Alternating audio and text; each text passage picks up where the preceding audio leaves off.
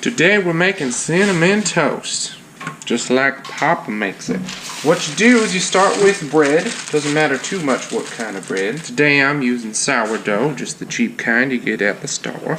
You can use the heels if you want, it don't matter. They're covered in cinnamon and sugar, so nobody even cares if they're heels or not. Then you get some margarine, and you spread it upon. Doesn't have to be tons of margarine. It can be a little bit. Just a good coating, you know? Something like that. That's a good coating. Get the margarine on there. You could use butter too, it's just harder to spread. You know how butter is. Anyhow, see, the key here is you gotta get it nice and consistent. Nice and consistent throughout the area of the bread. Bread area. Yeah, nice and consistent across all of the breads. See, the key is you gotta broil it.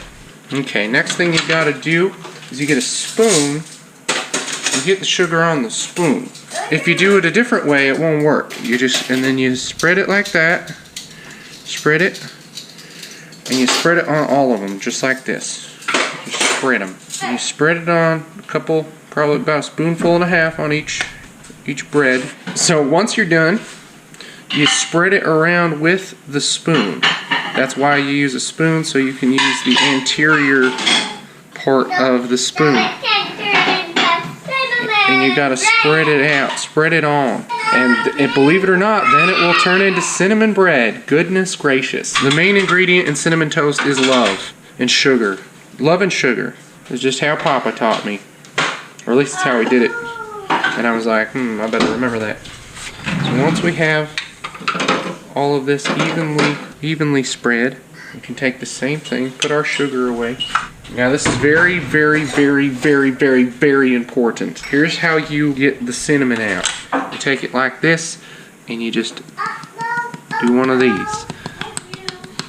You go back and forth, and an action similar to that. And you sprinkle it like that. You don't want to sprinkle it any other way, because this is the only way you have control over the cinnamon. This is the only way you have control over how much cinnamon comes out.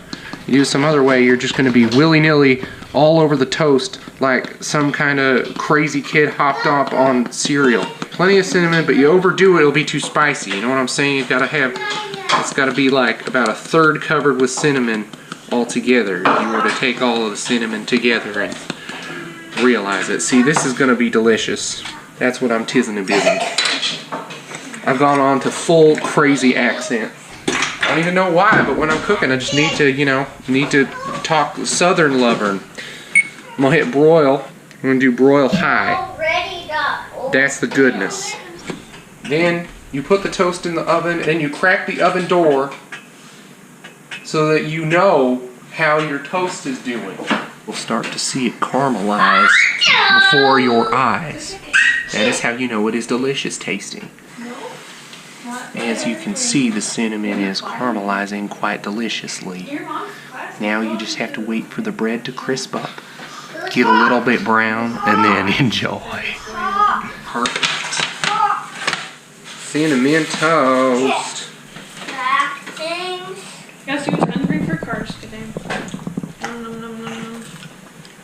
Guys.